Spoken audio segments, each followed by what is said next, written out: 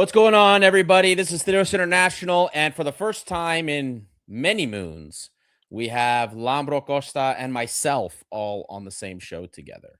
Doesn't happen very often, but today everybody has gathered, the originals, I guess we could call ourselves, of the channel, and we are here. A lot of stuff to chat about, both Olympiacos and not related to Olympiacos as well. A lot of things that happened this week, a lot of things we want to talk about. And before we get started, of course, say hello to my co-host, Lambro Costa. How you boys doing today? Doing good. Doing good. What's up? What's happening? What's happening? It's good to have the trio back. Old school crew. And Costa, we had a lot of things go on. Before we talk about anything related to Olympiacos, there were some things that happened earlier in this week. And of course, I think earlier today. First, we had a young Balk fan was murdered by somebody that is a member of Super 3, the Aris fan club. And while the police, at least the last thing I read, the police had said it wasn't, they hadn't officially said it was football related. A lot of the discussion has been around that. And here we go again in Greece, somebody else getting murdered. And it wasn't too long ago we had an AEK fan get murdered in a situation with Panathinaikos ahead of a qualifier. And then, of course, we can't forget Akis, the Aris fan that was murdered by PAOK fans before. The violence just doesn't seem to end. And it's a shame because this week has not been great as far as things go for Greece. Another a young person lost his life. Yeah, so I wanted to say a few words about that because I feel like, as much as I would love to get on this show and immediately start talking about Ortega's amazing cross and El Kaabi's amazing header and how amazing it's been after Vagelis Marinakis gave El Kaabi a new contract and he comes with 2 goals and, we will talk about all of that, but I feel like there are more important things in life than sport.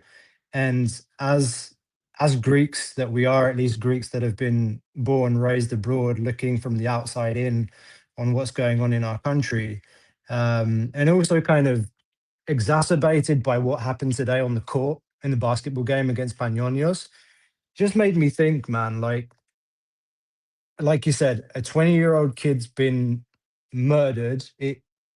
99.9%, it looks like it's sports violence related because the guy supports a different team. The guy supported a team that wears a different color. And it's just, every time something like that happens, there's media coming out and there's shock on the one hand. But on the other hand, also, I feel like people are resigned to the fact that it's borderline normalized in Greece that this happens, and every time it happens, people talk about it in the stadiums. They raise banners, the last one, never again, Potexana, etc., etc. And somewhere in Greece, there's a mother whose son isn't going to be going back home, and we talk about it, and it never changes. It just keeps coming back every year, and we say, okay, stop, no more, and it doesn't stop. And it's also linked to what we see in stadiums today at the basketball game. Like, if you think I'm wrong, tell me. But okay, so basically, we played Panionios today, and the whole stadium's swearing at us, fuck Olympiacos, Gamoto Busti, and all the stuff you hear about us whenever we go away. And then Fournier loses it at one point, and he goes off to a court seater who's been doing middle fingers at him and probably swearing at his mother or God knows what. And the reaction from media is Fournier loses his cool and starts a ruckus with a fan and has to be held back. But the news isn't, if you pay a court seat, you pay a premium to be close to the close to the athletes, the protagonists, the professionals. If you're a professional at work, like me, you, Ari, Labro, when you're at work, if somebody's sitting over you, swearing at your mother, flicking off to you all the time, what are you going to do? Like, is that correct behavior? Why is that okay? Like, why is it okay? And it's like, elam redaksi when the game's over, then egin. No, it's like, okay, we can have a broader conversation about the fact that in Greek stadiums, probably it will never be the case that fans won't swear or be vulgar. That's not probably not going to happen. But mate, if you pay a court seat, then the players should have the right to say, "You fuck off." No, you're not going to do this to me, like 1 meter away from me, and you're going to get away with it. You don't have impunity because you bought a court seat ticket. And these things are linked. It's like a broader social issue in Greece. The violence, like the tolerance of what goes on in stadiums. So I've gone on long enough, but those are some things that were just on my mind all of today and during the week. And I feel like as a part of the media landscape, let's say internationally or even in Greece, because we are, like, more people need to come out and speak about this. So I did my bit, and I wanted to talk to you guys about it. No, and then it also makes me think about the fact that they get to say all this stuff to the players, right? And then, heaven forbid, the player make a gesture. Remember when Fournier did it to Panathinaikos fans, and then they lose their minds because he retaliated back with a gesture to them. They lost their minds. He gets a fine. He gets a suspension, if I remember correctly. And what happened to them? Did any of those No guys? suspension. It was a fine in the end. It was just a fine in the end. Okay. But did any of those guys Yeah. get fined for any of that? And that's the thing. Like, all they do in Greece is No. they get upset with the players for reacting, but then by not doing anything to the people that are in the stadium, they encourage that behavior. Because if you're not going to do anything to them, if you're not going to punish the person that's there, they're going to keep doing it. In the States, it's not that way. Man, in the States, they don't care how much you pay for the tickets. And in every sport, you get removed if you're overly rambunctious for anything. It's insane. I mean, and I'm not going to say I'm not going to say our fans are perfect. I'm not going to say any one team's fans are perfect, but it is something that needs to be like, it's crazy. And then the reaction you have to a player having to suffer that abuse all the time. I get they get paid a lot of money, but still, it's not, I don't find it to be acceptable personally. Lambro, any thoughts? No, you guys covered most of it. It's just never going to change, is my take. Okay. Yeah. I don't know. Go ahead. All of it never changes. None of it changes. Like, how many years? Every year, every 4 or 5 years, someone dies. But the shit in the stadiums don't ever change. It's all the same. It's gotten a little bit better, I would say, since I'd say post crisis 2010 to 2017 was the worst. But now it's maybe slightly better, I guess. Like, with the flares, with the smoke bombs, but the swearing and all the aggressiveness is just always there. I don't know. People don't have other places to vent their anger and than swearing at players. It's one thing to swear at players when you're 30 rows up and no one can hear you and you're just going off. But it's another thing when you're a meter from someone on a basketball court when you're super close. But it's impossible to eject these people because they're club ownership has all of the say in the stadiums. There's no league official who's that guy's gone. You know what I mean? It's all just, that's the owner's friend courtside, and he's not leaving. Greek Super League official or basketball league officials can't say this guy's gone, because the owner will be no, he's not. He's my friend, and he'll go sit in the box or he'll move somewhere. You know what I mean? Right. So there's for the record, the guy got removed today. Whether or not he got removed from the stadium or whether he was taken up to regular seats, I don't know. But yeah. But that did happen today. But I just don't I don't know. It's just typical. I don't know. But in the NBA, these things happen sometimes in the NBA where the player gets really pissed off and goes and confronts someone, and then they just eject the guy, the fan or whoever it is, and then it's done. It's kind of you know, like Russell Westbrook was known for doing this. He would like, if someone spouts off, the guy would just like point at him and be like, "You're out of here." But yeah, But I feel like, I mean, we don't need to go like too much further into it, but like trash talking from a court seat is one thing, and like there's classy kind of trash talking that's funny, and some players just like give it back, and it's, you know, part of the thing. But like to start flicking people off, there should be a rule, man.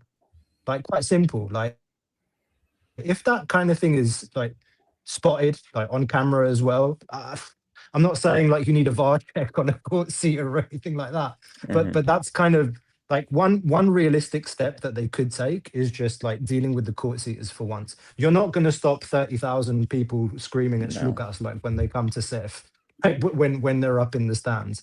But like at the minimum, like we have to start cleaning things up and putting some rules in place for like what's going on down on the court. Yeah. But I the can't rest wait. of it is. I can't wait for NBA Europe to come and be like, wait, what the God. fuck? NBA Europe, like Adam Silver's gonna show up and be like, wait, what? What's going Like, on here? He's like, we can't eject the guy who's flipping off and like swearing at like our players' dead mothers or something. What? Like, this is not good for the product. This is like not good. It's not Or good thinking for he business. perma-banned a fan and then he goes to the stadium and they're right there in the owner's box. He's gonna be like, wait, what? No, but seriously, like the NBA, like God, I wonder how they're gonna manage like with this NBA Europe thing to see, because Anyway, that behavior is not. We'll see what happens. The NBA is, yeah. Well, You know. and then of course, before we move on, guys, in case I didn't make it clear already, as a channel, our thoughts and prayers go out to the family of the kid that lost his life.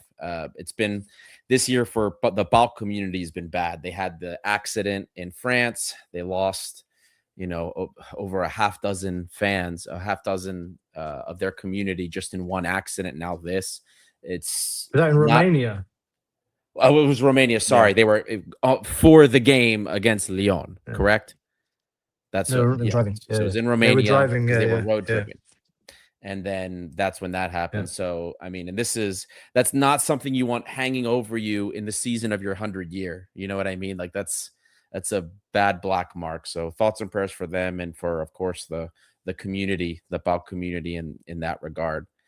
Moving on, of course, for those of you that are tuning in now, we had a bit of a long intro, but it was a very important topic to discuss. Don't forget, for those of you tuning in, over a couple dozen of you already have decided to tune in. Don't forget to like and subscribe. If you don't subscribe already and you like what you hear, please hit that button. It costs you nothing, but it means everything to us. We had a big milestone earlier in the week too. We hit 20,000 followers on Facebook. We now have over 20,000 followers on 2 different platforms. Not something I ever expected or ever thought about when we first started this August of 2020, Lambro. If you had told me that was going to be the case, I would have thought you were joking. But thank you guys for who have been on the train with us so far. And for those of you that are just jumping on, welcome aboard. It's a growing community, and we thank each and every one of you for the support. And you can continue to support us if you like what you hear on Patreon. There's various tiers. You can access the WhatsApp chat for just $1 a month. We also have extra content. Every Monday, you can get Martial Mondays, transfer seasons around the corner, scouting reports, transfer corner. I will be recording one this week as well. Some names and some updates about what's going on with the squad. All extra content you can get, and to help support us, every dollar that we get goes right back into the show, whether it's for various things to help us create more content or better video for you guys. Everything goes right back into the show. And then before we get into our regular content, we do have a quick message from our sponsor, PureVPN. For those of you that are outside of Greece and you are trying to watch your favorite content within Europe, or you're trying to watch things much more securely, check out PureVPN. The barcode is in the top left corner of the stream. If you are trying to get access to that content that is geo-blocked, if you're trying to get access to that content more securely without having to worry about people stealing your data, check out PureVPN. They have some great deals right now for VPN service. So that is everything as far as the housekeeping is concerned. A couple of updates for scores. Olympiacos' women won.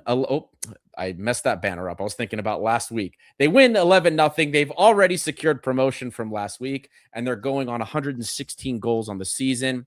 Some people, some journalists believe they're just a third division team. We know otherwise. Juggernauts that are coming to take the Women's Super League by storm. The U19s, oh my God, I screwed up all these banners. The U19s had a win yesterday against OFI, 3-1. Big win, hat trick of assists from Yorgos Siozios. You guys might recognize him. He's one of the youngest players of the academy to ever play in the UEFA Youth League.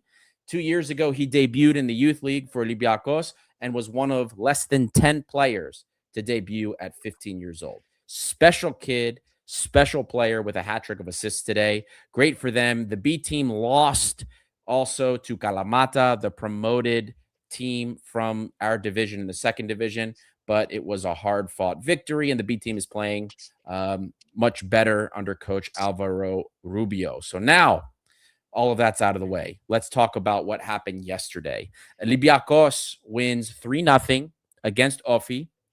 The game started off a lot like what we've seen in the past.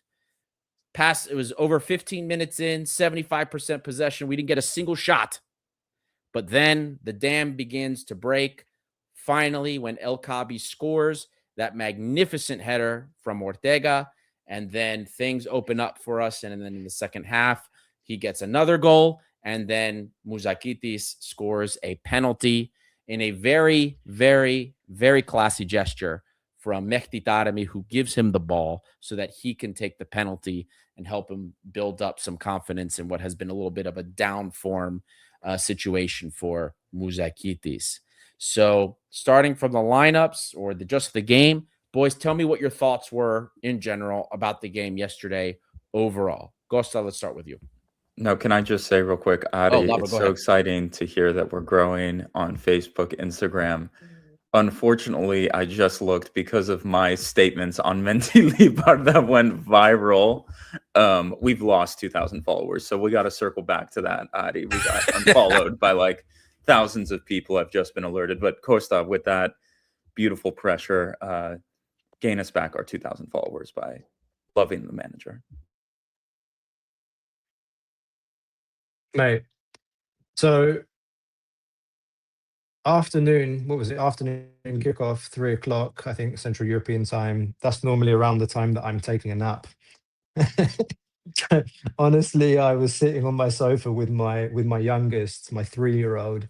I turned the match on, and I'm not gonna lie, like, I was dozing off the first kind of 15, 20 minutes. And I awoke to the sound of, I opened my eyes to the sound of Andrea Palobarini kind of celebrating or announcing the first goal. And I opened my eyes and I saw the head and I was like, oh, that's an amazing cross. And then you've got that just towering header, El Kaabi getting in front of the defender and guiding that ball perfectly off a perfect cross. Just needed to get his head on it the right way. And it was, top bin. Keeper could do nothing. And it's perfect. It's a perfect Mendilibar goal, I guess. Like cross coming in from the left and El Kaabi getting ahead of the defender. First to it, 1-0. And then I watched the rest of the game without kind of napping again. But overall, what I liked was that we had players on the pitch that could play the ball through as opposed to just side to side, just a very small thing.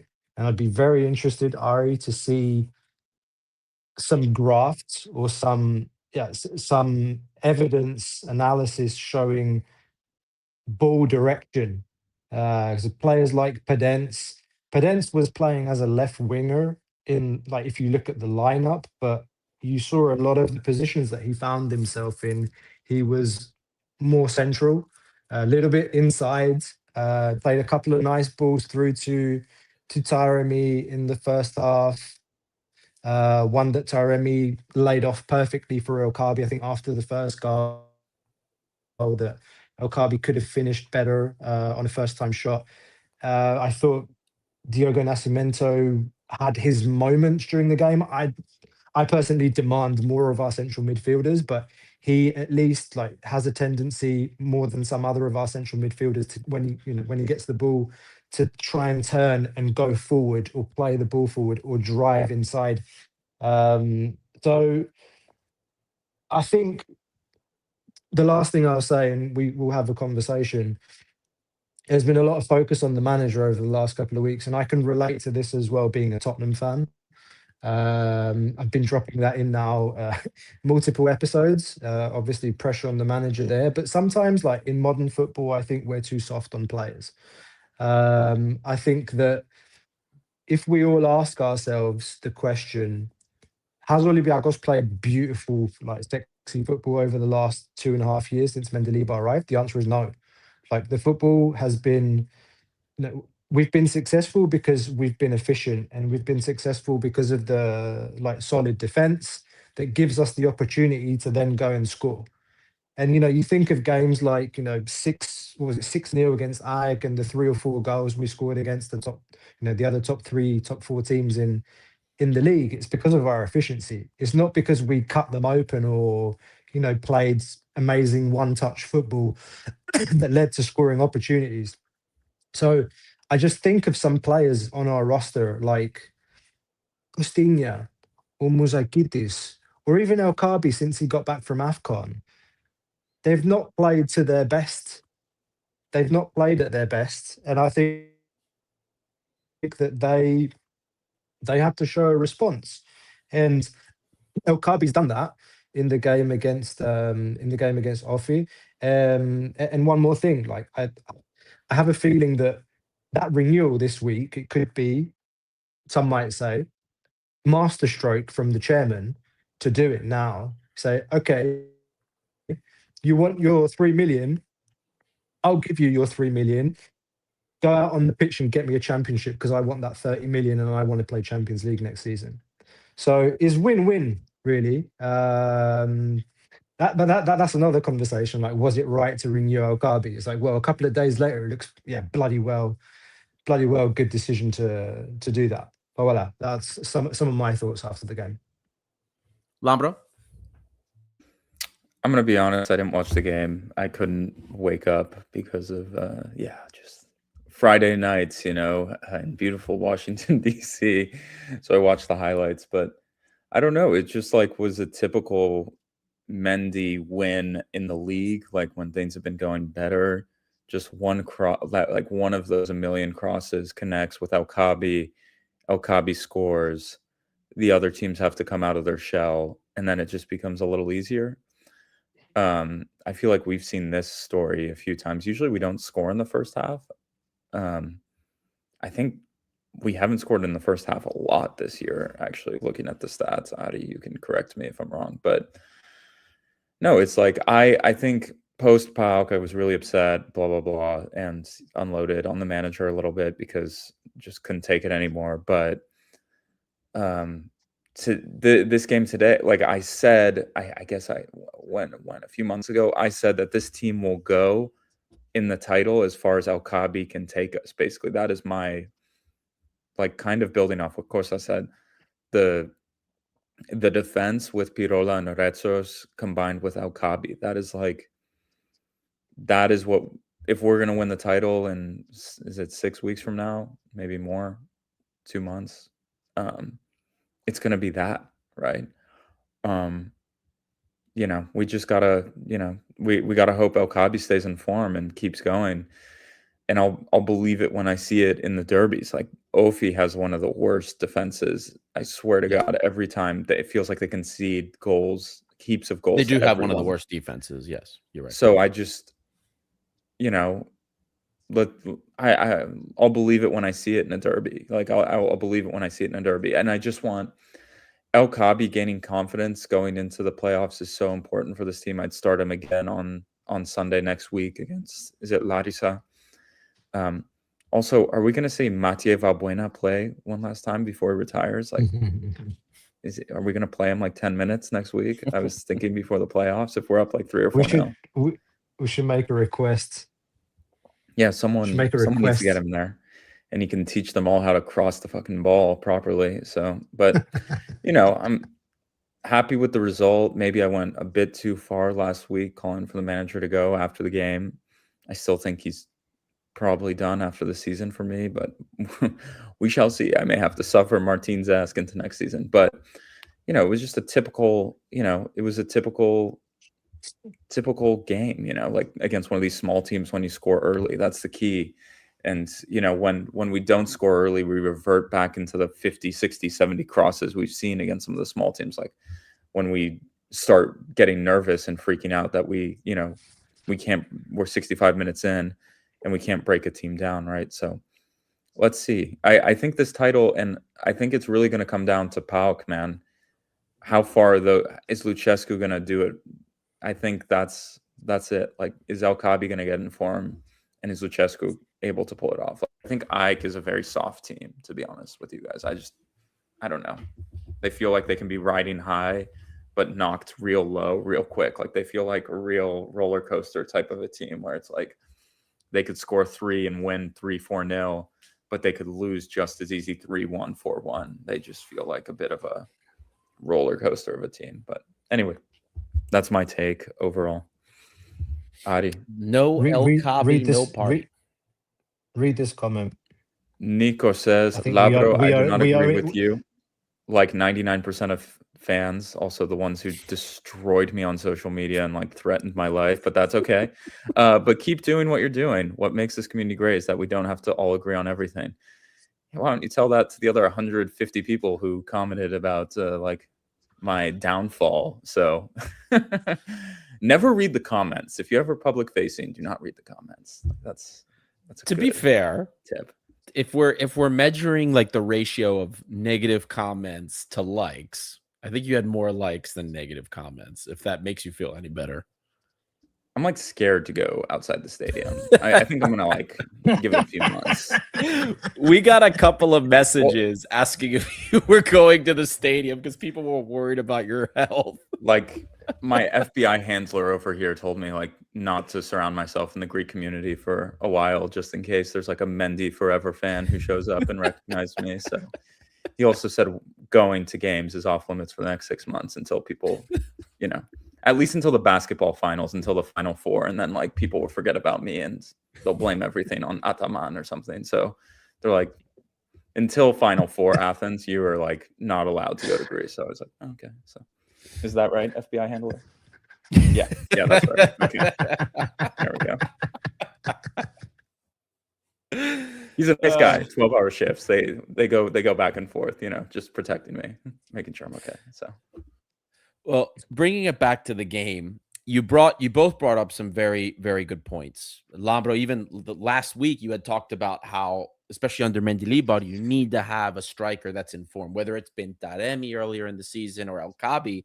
You said no El Kaabi, no party. And I think that's hugely like a huge factor with this, because going into this game, for those that saw the charts that we put up the big chart about goals, XG, various underlying stats for offense in Greece. And Olympiacos has the highest overall XG, and we're the worst underperformers. 9.25. That means we've left over 9 goals on the table with things that opportunities we've missed, more than any other team in this league. The closest is Aris, who's garbage. So that tells you something. So having El Kaabi back and scoring is going to be super. For me, it's one of the most important aspects of the most important things that can be done to get the title.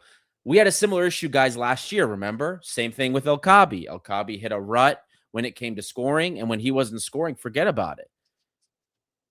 We had a lot of difficulties. And then, of course, he hit his stride later in the season, and we kind of there was a point where we just walked the title.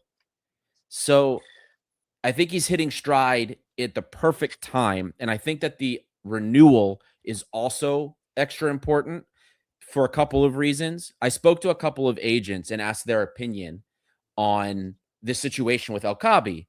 whether a player like this should be renewed earlier or later. And both agents I spoke to gave me the same answer in different terms. And what they both told me was there's basically two types of players in this type of situation.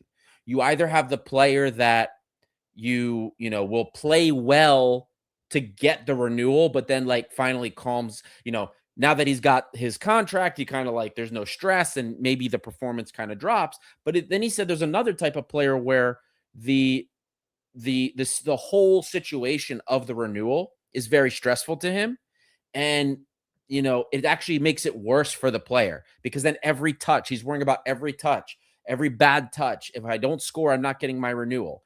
And then when they get their contract, that anxiety that goes away is actually better for them, and they start playing better. So part of me wonders if the renewal process, maybe for El Kaabi, kind of worked against him. Maybe there was a sense of anxiety there. I don't know.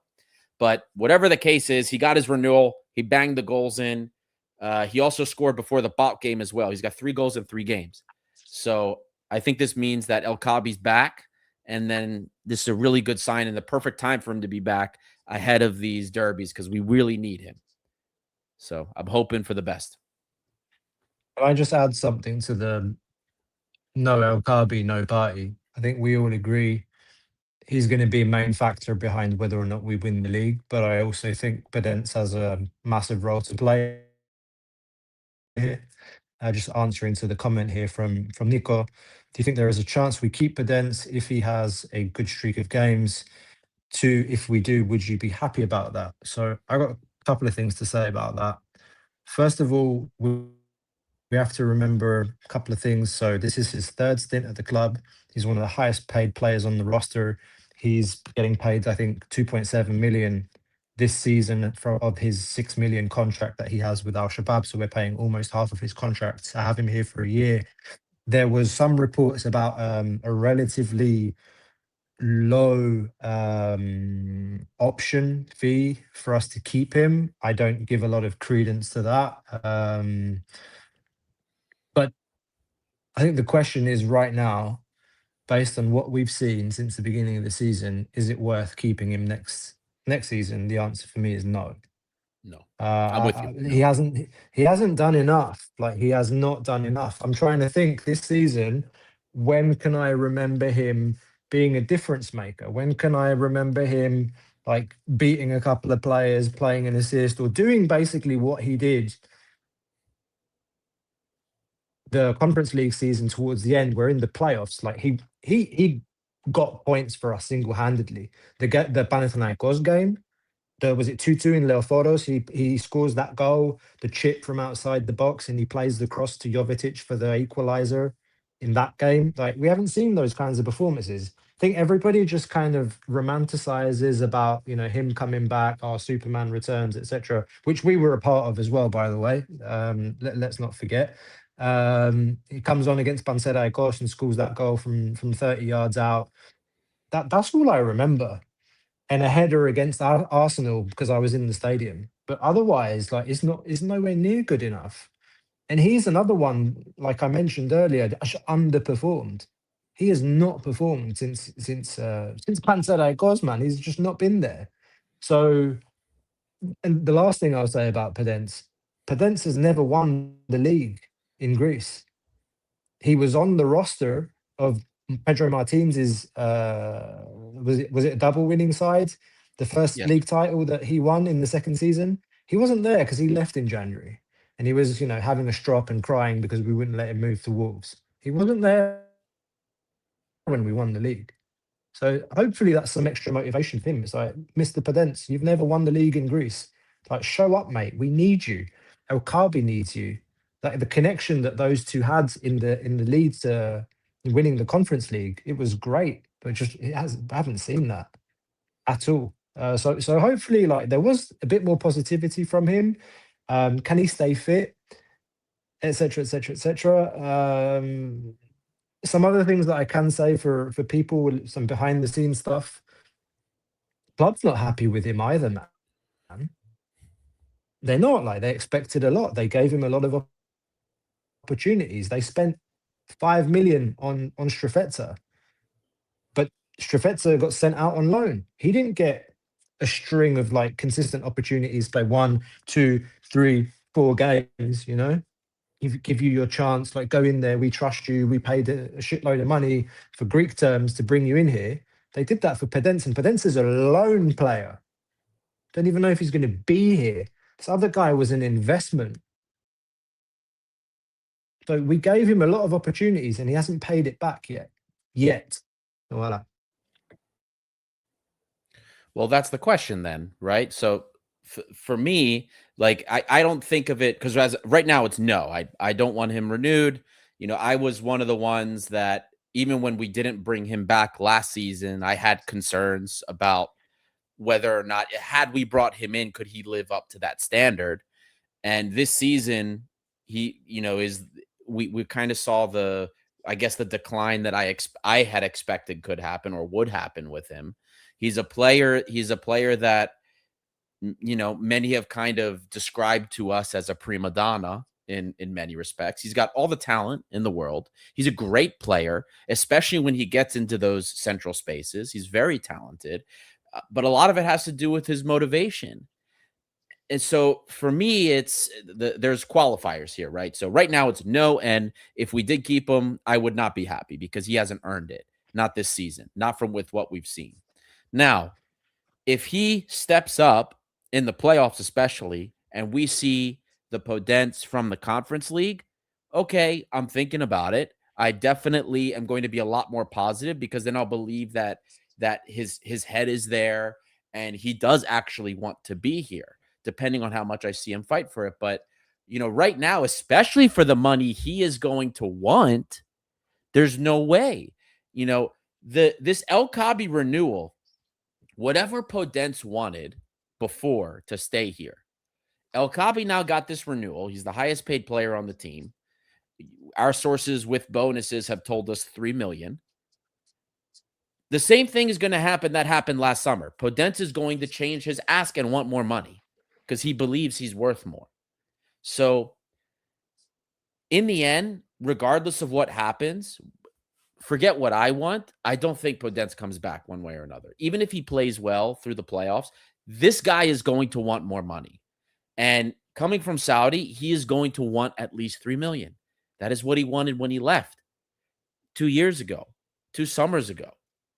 I think that he's going to want 3 million, and I don't think we're going to give him that, to be honest with you. So I don't see a future that Podence is here, personally. Give 1 million to Fortunis and send Podence back to Saudi. And you solve a problem with your squad registration for UEFA as well. I wouldn't be against that, especially if Fortunis knows he's going to be an impact player. Because I don't think, from what we've been told, he doesn't have, like, his physicality, or I should say his physical level has dropped. He's doing great things in the Saudi league, but his physical level has dropped multiple pegs. So I would, but still, I would love to have him here as an impact player, and I think he deserves to retire for Olympiacos, 100%. Are you guys worried at all for the playoffs that you have injury-prone Gelson Martins, Podence, and then like not in squad list Andre Luiz as your winger selections at all? Or you guys, we haven't talked about that, but Andre Luiz didn't even make the squad list yesterday, which was kind of shocking. The Andre Luiz thing worries me. Like the fact that this is the part that annoyed me about the game against OFI, right? Like, obviously I'm happy about the win. I'm happy Mendilibar wins. I'm rooting for the guy. I have been saying all season we would win the title. I still believe we'll win the title. But like, there's these things that annoy the crap out of me, right? Clayton is a player that Mendilibar did not want. And yet he rosters him so that he can do his 2-striker system. Andre Luiz is a player we needed because, you know, we sent wingers out. We needed one. We needed reinforcements. We have a very good winger in Andre Luiz. And now 2 games in a row, he's left out of the squad. I don't like it. And you spent a lot of money on this guy. We spent an almost 7 million euro flat fee on him. Plus bonuses will be one of the highest, the highest fee we've spent under the Marinakis era. So I don't like this. I don't like it at all. We don't have a lot of natural wingers. So I don't think you can afford to leave one on the bench. You leave somebody else, whether it's Bruno, whether it's I'm thinking of all the foreigners on the list. You leave other people out. You leave Clayton out. Sorry. You know what I mean? Andre Luiz, for me, has to be the guy there. I don't care if right now he's killing birds in Crete somewhere. I don't care if he's killing birds in Piraeus. Rodinei's killed half the pigeon population already. He can never do worse for me than him. So the guy has to play. He has to play week in, week out. He's one of the most physical players that we just brought in. He's fast. He can tussle with Greek defenders. He's very physical. He needs time to adjust. You can't not play him. He has to play. Him and Gelson Martins have to be a part of every roster. You have too many foreigners, that's too bad. You figure out how to fix this issue. But I mean, that is, for me, is one of the most mind-boggling decisions. And there's no injury issue with Andre Luiz either. So it's the whole thing kind of weirds me out, and that's what's worrying me too. But, we'll see what happens. Costa, you worried about the winger situation? I'm not. I mean, where's knock on wood? Done. Knock on wood. We don't get any significant or any injuries like from now until the end of the season. But the fact that Andre Luiz was not in the squad list for the game, it was alarming me going into it. Clayton hasn't showed anything. Ari, as you mentioned, he's a player we know manager wasn't super keen on. Yeah. And nobody rated him for our squad, by the way. Like, nobody we spoke to rated him as like an option that could help the squad. I mean, the thing is, let's say, the manager wanted to do something to change something in the game. What are you going to do? Like, you take Taremi off, put Chiquinho on, or at right wing, Chiquinho right wing. That's your substitution. I don't know. Yeah, if it's a like for like sub, if Podence got injured, then who would we have put on that on the wing from the options that we had? Yazici. There's Yazici. And okay, that we've had that conversation so many times this season. It's probably one of the most hard done by players on the roster. But I feel like it's a crime if we go into the playoffs. I expect that like teams that we will play, they're going to have a game plan, but it's not going to be the same like a regular season game where you can kind of, I don't know, play to frustrate us for a whole game, hoping that you might get something and essentially play for a draw or play to keep the 0 at the back. I think teams will commit more players forward, and in those kinds of circumstances, that's where Andre Luiz thrives. The only justification that I can try and find for Mendilibar leaving out Andre Luiz yesterday and going for Clayton is the fact that, okay, Mendilibar plays his style of play. It's all about getting balls into the box. It's all about keeping the ball in the opponent's half. So you say, okay, Andre Luiz against closed like defenses with the low block hasn't been super effective since we signed him. He plays better against teams where he finds space to run. So I might need Clayton against OFI. Yeah, for that reason, because I want to get balls into the box, and that's where things happen. It's the only kind of justification I can find. But also the thing that frustrated me pre-game was the fact that, again, is the whole Podence kind of story. It's like we're hoping so much that he finds some form going into the playoffs that we're potentially burning a 7 million euro investment that could turn out to be a record signing for us for a lone player that's done very little to nothing this season. So again, that's why I said before, like, we're banking so much on Podence hitting stride and being fit going into the playoffs. So then kind of going back to Labra's original question, am I worried? I am worried a little bit, but it's not like we don't have options. Rodinei at winger. Here we go. It's coming at some point in the playoffs. It's for sure coming. I don't know. We'll see. But, well, especially if we get an injury. We only have 3 wingers, so one gets injured, he's probably going to end up playing there more like at some point. That happened. That happened yesterday, didn't it? Costinha came on and Rodinei was still on the pitch. Mm-hmm. Yep. So that there was a comment. I wanted to address this comment from Adi Span because it's a very interesting comment that he brought up because he said, you forget something.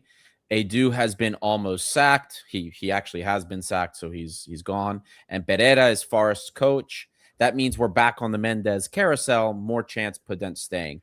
We're not back on the Mendez carousel. There's other agents, super agents, we'll call them, that we have relationships with. Not just Kia and Edu. Of course, they're out now, but there's other agents we have relationships with, and you can pay attention and see that we've already started building relationships with some players that are here. So I promise you, it doesn't mean that we're back on the Mendez train.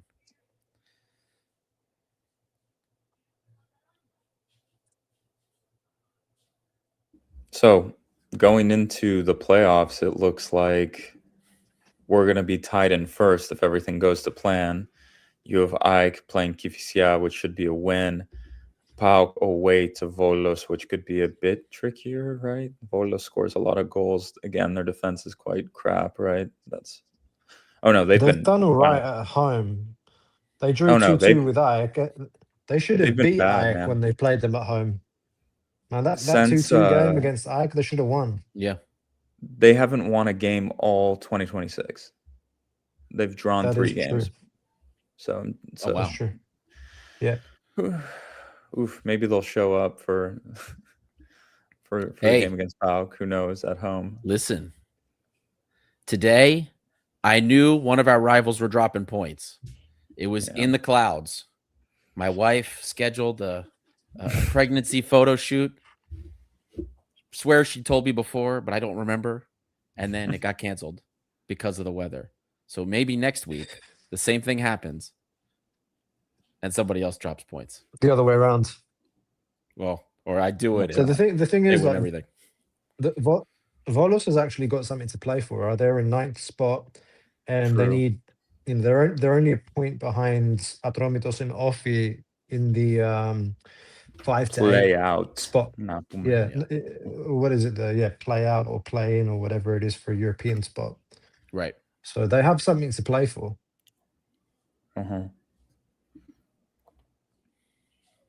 Yeah. So we'll see. But what do you want to see next week? You want to see Andre Luis at least get some run at home, start a game? I'd like to see him start a game at home.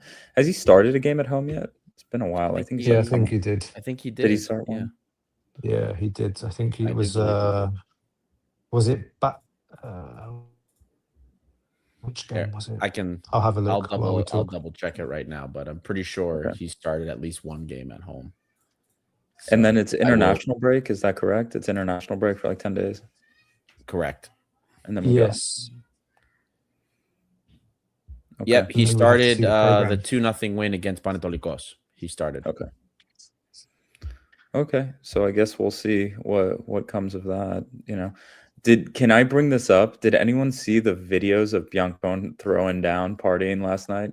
I did. I'm glad you mentioned. Thoughts on that? Thoughts on that? Because it's gone super viral, and some people are like, this happens all the time. Like, only because it's caught on video, it's a big deal. Players do this all the time. Blah blah blah.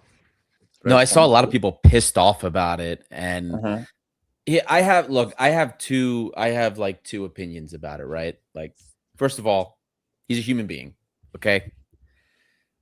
He's a bench option. As long as he didn't miss training or something, I don't care. You know what I mean?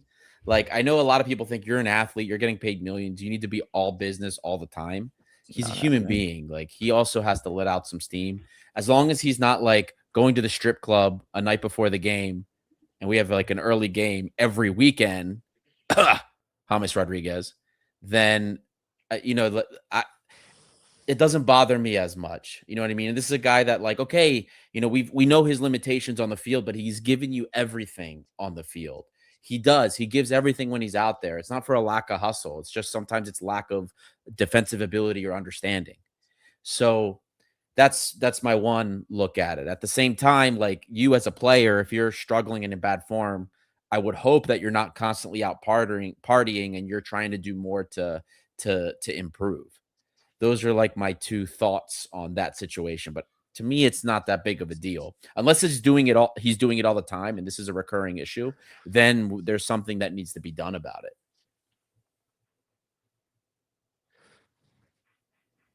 He's only 25, man. He's still kind of young. People don't realize it too. Exactly. Oh.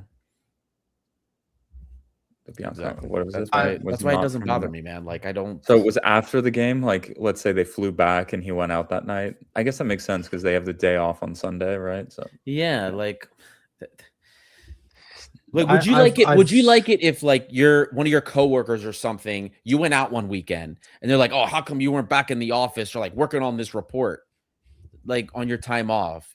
That's kind of like how I think about it. You know what I mean? The thing is, like, at the end of the day, you're judged by what you do on the pitch, Right. and against lesser teams in the league, he's a player that is good with the ball at his feet. He can advance the ball. He can play across into the box. We saw that last season. We've seen it this season too, I guess, to a lesser degree against the big teams in Greece. Against Pauk, he's been a bloody disaster. Just in general, in those big games, whenever we've had to rely on him for X, Y, Z reason, he's not been good enough, in my opinion. And I've said it before. For me, he's a good lad. I've met him. Very approachable. Very talkative. Um, he's a vibes guy on the roster, and the manager loves him. He's got like a love hate relationship with the player because like they scream at each other in training. I've been told, and I've seen it as well. But apparently, the players also kind of found the manager's buttons, you know, and the manager trusts him. Is it is the trust well placed? For me, like from what we've seen in the games in the derbies, no. And he's taking a spot away from a player like Kalogeropoulos, big talent still, whose contract is ending at the end of the season. So Retsos is suspended against Larissa, and I'm going to be very curious to see who's going to start next week. In my book, very clear who should be starting. Yes. But I think Kalogeropoulos should start. He got his 2026 off to a really good start with the goal in the Super Cup final. I think he was also MVP of that game, voted at least man of the match. So yeah, no, a foreign player has to be way better than a domestic prospect, like, and a really good prospect at that, for them to take a spot over an academy player like Kalogeropoulos. So my opinion on that is very clear. I'm with you, man. And as much as I like the personality, I know everybody calls him the mayor, but for me, and this is one of my things about the club this summer that they're going to have to do when they approach Mendilibar about the transfer strategy is, we know Mendilibar, like, he likes his guys, right? He's developed a strong bond with some of these players, and he's relied on them, and because of what they've done, he has a strong connection to some of them. But the club is going to have to find a way for some of them, like, look, Biancon, okay, he's a great guy, not a problem in the locker room. But if you want to elevate the quality of your back line, you're going to have to ask that question. Mendilibar wanted him renewed. That's why we renewed him. But for me, even if Kalogeropoulos isn't as good with the ball at his feet, he's a better defender. He was one of the best defenders in the Super League last year, playing for Volos. The kid, and he's he's a Greek. So for the foreign, non-foreign player count, it's hugely important. So for me, that question needs to be asked to Mendy, and it's like, no, we have to make an adjustment here for center back, and the same goes with other players, because look, Kalogeropoulos, we've talked about this a lot in the Patreon chat. His contract's up this season. He hasn't signed, and he is not going to stick around if he's not going to be getting more playing time. I believe it was Kotsis that had written an article earlier this year after the Super Cup saying Kalogeropoulos is playing much better. He's doing well in training. He's going to be relied on more in the second half of the season. We really haven't seen that. He hasn't been used that much at all. So for a player like this, like, you know, my first thing is, look, Biancone, love you to death, buddy, but we're going to have to pursue other options. You know, whether you move him to France somewhere or you just buy out his contract, but there's no reason Kalogeropoulos should be behind him in the pecking order. I'm sorry. I don't agree with that in any way, shape, or form. And then the same needs to be said about other players. Like, you know, our most expensive player in the back line is Rodinet. His contract is up next season, end of next season. We need to start thinking about, you have to start thinking about life after Rodinet. You have Costinha. You know, we have players in the academy that are coming up. We have to make a decision what we're going to do there. And there's a lot of hard conversations that are going to need to be had with over certain players this summer. So starting with Kalogeropoulos, like, and then don't forget, guys, we might not have a goalkeeping core. Tsolakis' contract is up next season. Our academy goalkeepers' contracts are up this season. Botis and Kuraklis. We're gonna need almost an entire new goalkeeping core. Botis doesn't even count as trained by us, does he? No, Greek trained. Nope, he doesn't count as association trained. No. And Kalogeropoulos, by the way, he started in the game against Olympiacos on the 21st of February. Retos was coming back from a slight knock before the Leverkusen games. So he started that game in a 2-0 win, played with Pirola, Pirola header. So normally, judging from that, I would expect Kalogeropoulos to play against Larissa in Retos' place. I hope so. I hope that's going to be the case. Inshallah. And I hope he gets renewed, man. Like, the guy has interest. We can tell you, our sources have already told us the guy has interest from Holland and from Italy. So there's teams that are interested in him, especially for free. Can't they sign him from now too if his contract's already expiring? He can talk to players. He can already talk to teams right now, and he is. So it's one of those things. If he agrees now, he'll be in the doghouse. Yeah, there's no way he's going to agree now, but the agent can entertain all of those offers now. He's less than 6 months for his contract, so he can entertain anything. But I'm really hoping that we get the renewal done. The guys, the DeVries, because I've gotten personal messages just in the time we've been live. There's the DeVries. There's nothing to it. He was a target, in the past, even in January, but hasn't been a target for months. It's fake news. Also, just looked. If you're under 23, you can't sign a pre-contract. That's correct, right? You got to be over 23. I think that's. I remember this from Football Manager. I have to double check that. I don't remember what the pre-contract. It's like a protected versus unprotected rule. Yeah, you get some sort of compensation if like your under 23 player signs with an opposing team on a free. So. Oh, interesting. Yeah. I didn't know that. I know that you can start talking to teams as long as you're 6 months. Yeah. Like if you're 6 months without a renewal. I'm sure there's some teams. He would do great in the Netherlands, man. He's so physical. He would probably boss it over there. Yeah. You know what's funny, Lambro? We were getting messages for Kalogeropoulos. Was it last summer or the summer before? It was. I think it was last summer towards the end of the season. We were getting like Dutch scouts. Like Dutch scouts coming debating with me over like random data points about it. I was like, okay, why are you talking to me then? If you don't like what I'm telling you. I still remember that. But yeah, he's been on their minds for a couple of years. Can I don't know if we're pretty much done kind of talking about OFI game, but there has been one thing it was a discussion in the Patreon chat, I think.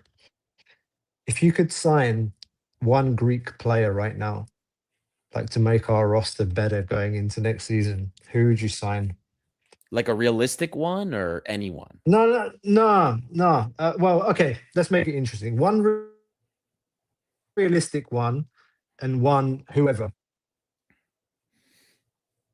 Okay, my whoever would be Garetsas. My realistic one, because I still think it's realistic, I would like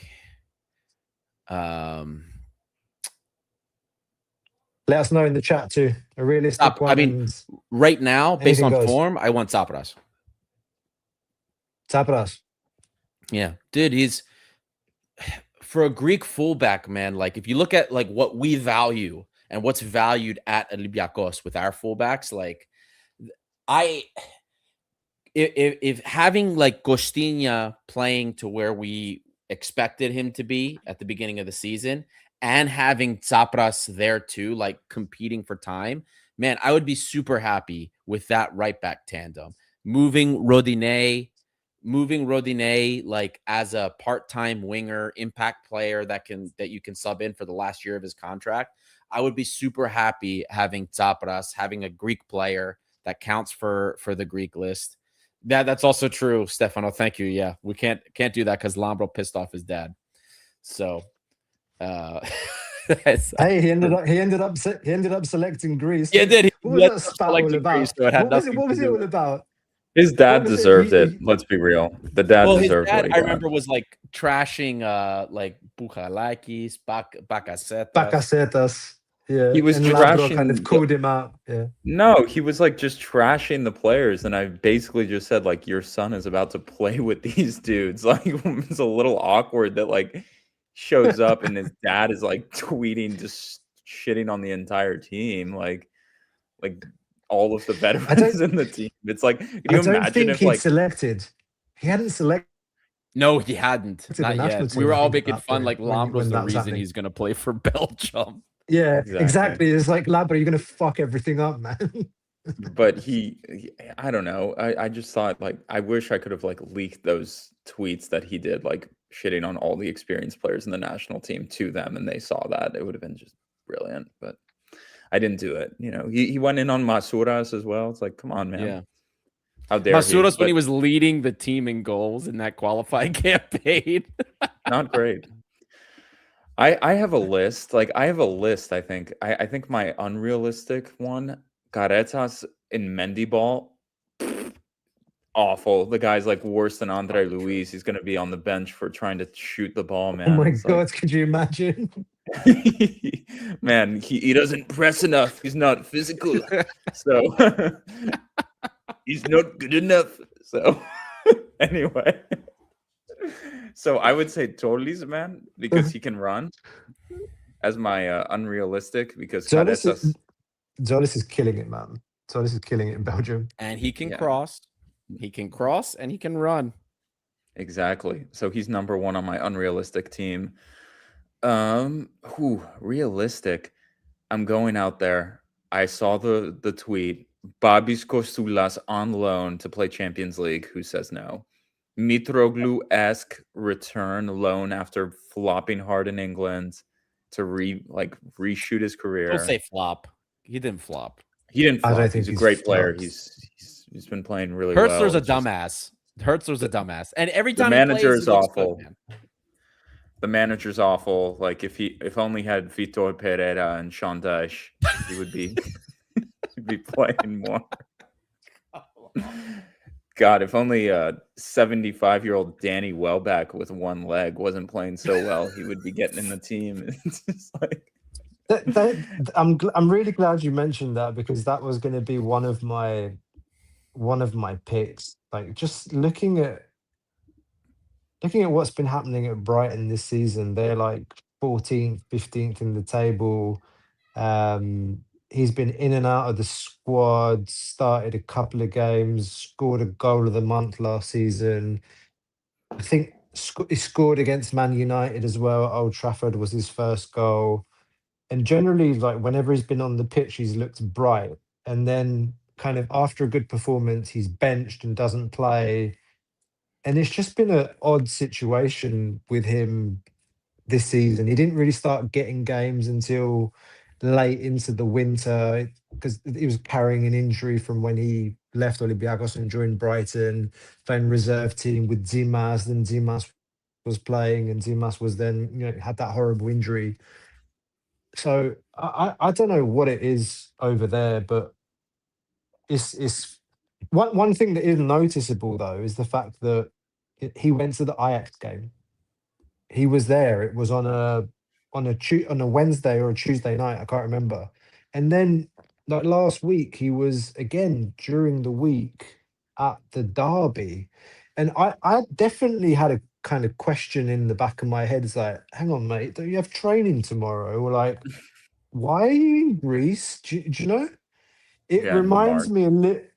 It reminds me a little bit of like, is this guy like having a bad time over there and he's homesick, or like, is it one of those typical Greek player like Yorgatos syndrome, like when he was rooming with R9, like Ronaldo, the phenomenon at Inter, was best friends with Christian Vieri and all of those massive players at Inter, like loved, but all he cared about was kind of being in Greece and drinking Freddo down by the beach. Like, is it a case of like one of those players? I have no idea. But I would love to see Costulas back, man. If I could pick anyone, that's a nice idea, Labro. The loan a la Mitroglou option. But then again, you just know that a player like that, he's going to be in demand. It's purely a question of what does he want. Yeah. Yeah. Another player in demand, if Fortunis comes back, we need another midfield general. And I'm just seeing one of our old graphics here, and who says no? Fuck off. Get that out of here. Get the hell out of here. Who says no to experience Get of the hell Petros Madalos at the 8 in the Mendy system? Who says Oh no? my God, come on, man. We're stealing another team's captain, man. That's an unrealistic one, but we hold out hope. I would sign Petros Madalos on one condition. One condition. Never.